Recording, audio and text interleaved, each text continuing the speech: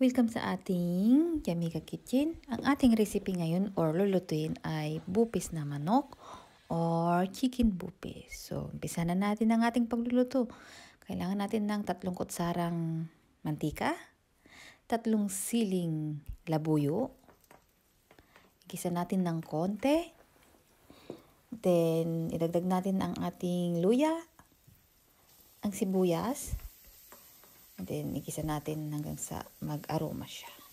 Mga 30 seconds. Ilagay na natin ang ating garlic. And let's saute again for 30 seconds. Ang ating aswete or pampakulay. Ang gamit ko dito ay aswete powder.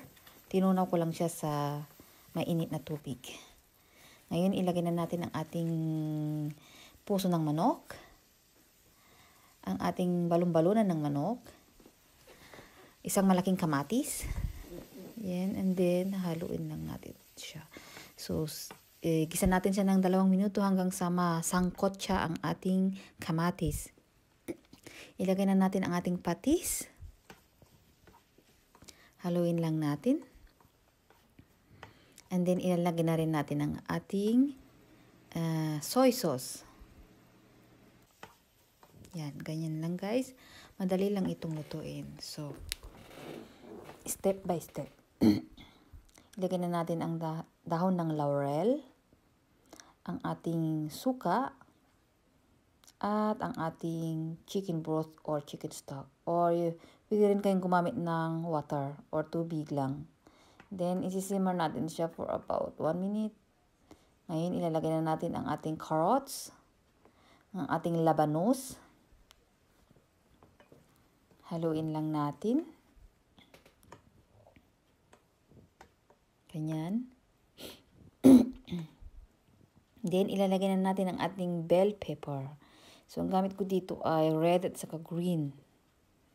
Yan. Then, haluin ulit natin. Maglalagay tayo ng konting paminta. Pamintang durog.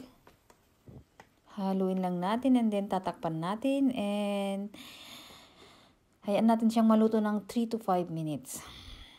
Yan, maglagay tayo ng sili. Kung gusto nyo, pang mas maanghang-anghang, dagdagan nyo ng sili.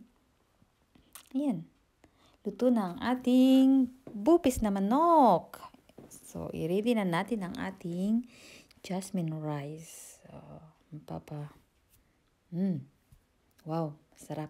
Namiss ko ito. Ang tagal-tagal ko na itong hindi nakakain. So, almost 8 years. Ngayon ay nakagawa ako ng sarili kong bupis. So, try this recipe, guys. And don't forget to follow, like, share, and subscribe sa our YouTube and Facebook page. Bye!